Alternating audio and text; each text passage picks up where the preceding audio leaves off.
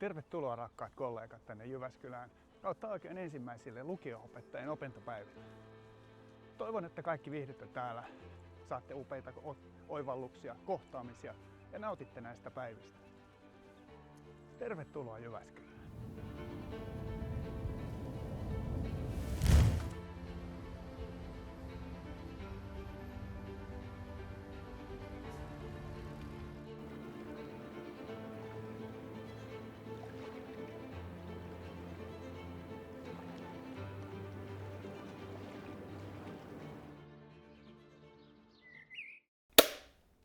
Joo, lukio-opettajapäivät 2025 järjestettiin Jyväskylässä Jyväskylän yliopiston 2 kampusalueella. Mitkäs ne kampusalueet oli, Tiina?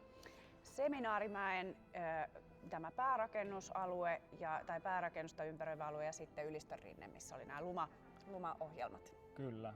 Ja täällä Seminaarimäellä oli tämä päälavaohjelma ja sitten työpajoja. Kyllä. Taisi olla 7 eri työpajaohjelmaa vai 6? Varmaan. Joo. Voi olla joo, eli täällä vähän eri rakennuksissa, kirjastolla oli useampia työpajoja, kyllä. Sitten muusikalla ja liikunnan tiloissa myöskin. Juuri näin.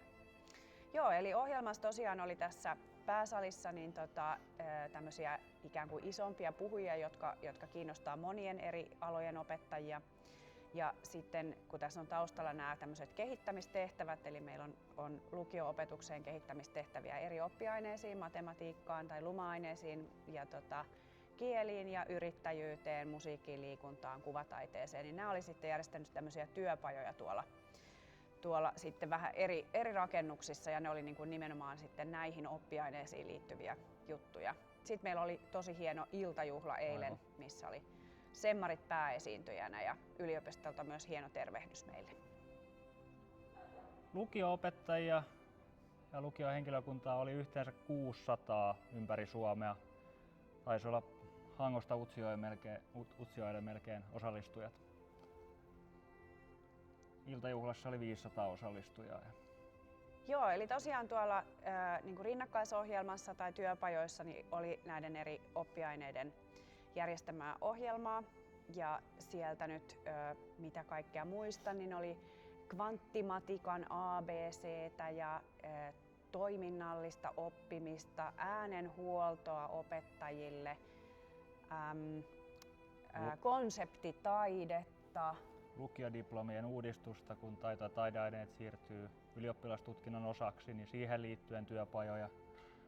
Sitten oli kauppatieteiden työpajoja, yrittäjyyteen liittyviä työpajoja.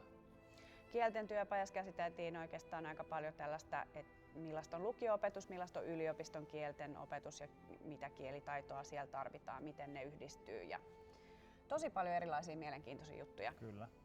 No olihan tää nyt ihan huikea. Ja ihan mahtavaa, jos päästään joskus, ehkä muutaman vuoden päästä toivottavasti uudestaan tätä rakentamaan. Toivottavasti.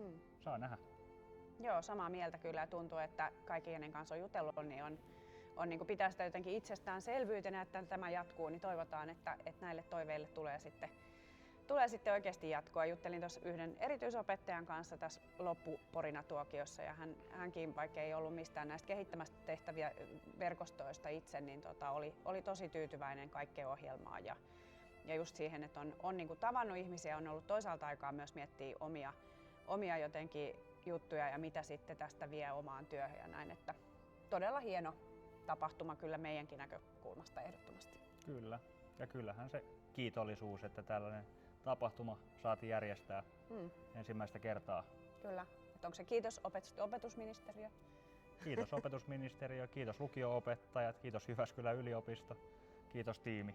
Niin, kyllä.